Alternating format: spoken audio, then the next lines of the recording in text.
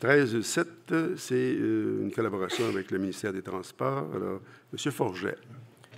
Je propose d'autoriser le maire et la greffière à signer l'entente de collaboration avec le ministère des Transports, de la mobilité durable et de l'électrification des transports pour la réalisation des travaux de construction du pont d'étagement du quartier, lot 2, et le partage des responsabilités pour l'entretien et l'exploitation des infrastructures situées dans l'emprise du ministère, selon l'annexe B de la dite entente.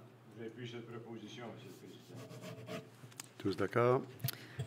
Oui, d'accord, mais j'aimerais parler, M. le Président. Allez. OK. On n'a pas le choix de voter pour l'entente entre la Ville et le ministère de Transport, mais malheureusement, on le voit dans les documents joints que le ministère effectuera les travaux sous sa responsabilité comme il doit le faire, mais ne payera que pour les lumières sur le pont. Et ceci m'amène au fait que, pas plus tard que le week-end dernier, dans l'article de la presse, le ministre, notre ministre, lui-même a mentionné qu'il veut des subventions pour le projet du viaduc. Il est intéressant de constater que lui aussi trouve que c'est cher payé par les citoyens, un pont d'étagement.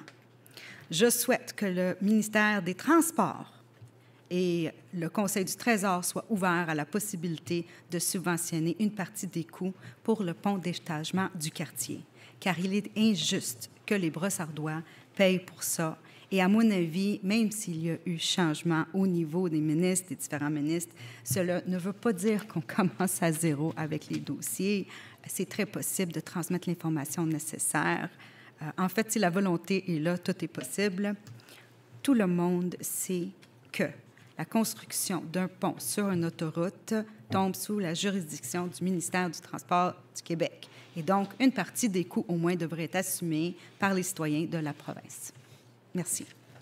6.1, Comité femmes de Brossard. Oui, Monsieur le maire. Je propose d'initier la constitution d'un comité femmes de Brossard dont la composition sera la suivante.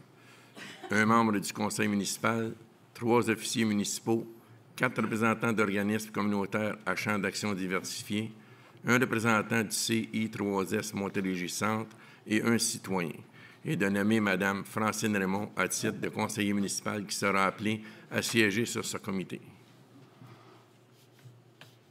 J'appuie cette proposition et je suppose que ça va être une citoyenne plutôt qu'un citoyen.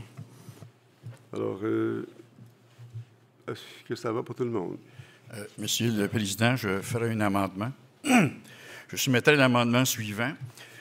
Compte tenu que dans la très grande majorité des comités, il y a au moins 2 membres du conseil municipal qui siègent, considérant que nous avons 2 femmes qui siègent actuellement au comité, au conseil municipal, considérait surtout la qualité de la personne et son intérêt marqué pour ce qui se passe avec les femmes.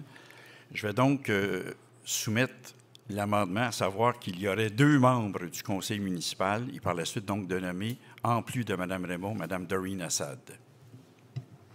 Alors, c'est un amendement qui est proposé.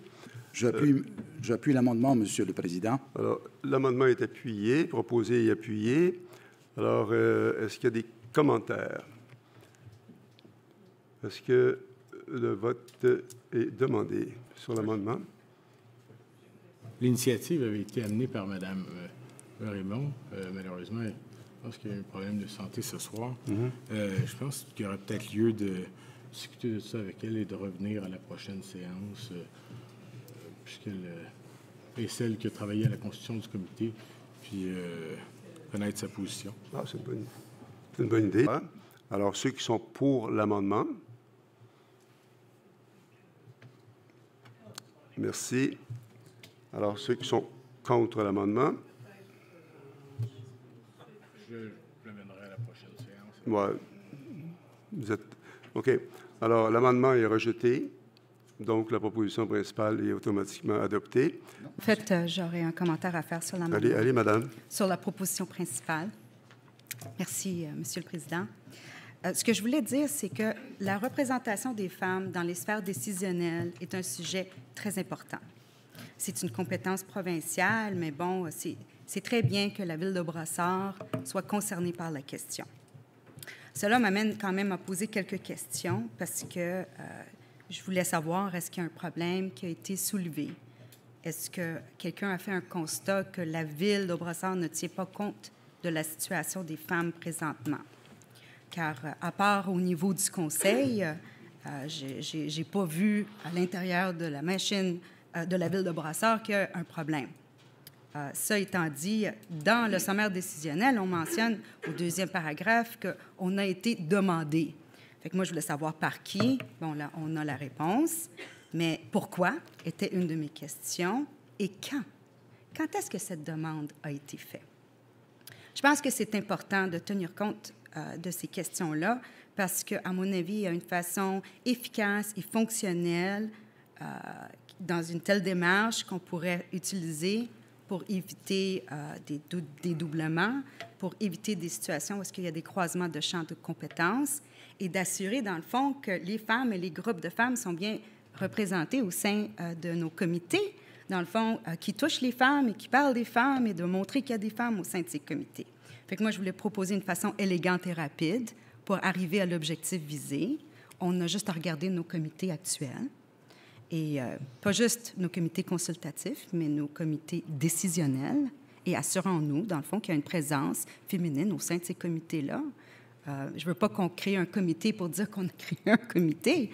Prenons des gestes concrets pour le faire. Les femmes veulent une voix, absolument, mais ma crainte est que ceci est un geste politique précipité rapidement et qu'on risque de perdre du temps important, de mettre un stress sur nos fonctionnaires et ultimement peut-être manquer un peu de cohérence dans l'élaboration du mandat, des objectifs de ce comité, si la motivation derrière n'est que pour bien paraître. Je suis heureuse de voir le point à l'ordre du jour. Je vais voter pour la résolution, même si le Conseil au pouvoir, avec l'équipe du maire, ont décidé de ne pas accepter que je sois ajoutée au sein du comité. Je trouve ça vraiment dommage. Mais pour cette démarche, je vais l'appuyer, je vais voter pour. Merci pour votre écoute. Merci. Est-ce qu'il y a d'autres commentaires? Oui. Monsieur Benedetti. D'accord. Alors, l'amendement a été rejeté. Nous revenons à la proposition principale. Avant d'aller à la proposition principale, à la suggestion de mon collègue, M. Alexandre Plante, je trouve sa suggestion très intéressante.